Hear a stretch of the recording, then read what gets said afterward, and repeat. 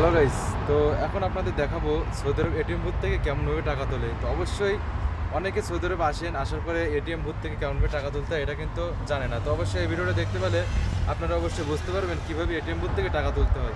তো এটা হলো এটিএম বুথ, তো আপনাদেরকে দেখাবো। তো আপনারা দেখতে পাচ্ছেন এখন এটা হলো আমার এটিএম কার্ড। তো এখন প্রথম আমরা ঢুকাবো। তো দেখতে পাচ্ছেন এখানে অবশ্যই এখানে এখন কোড পাঠাতে হবে।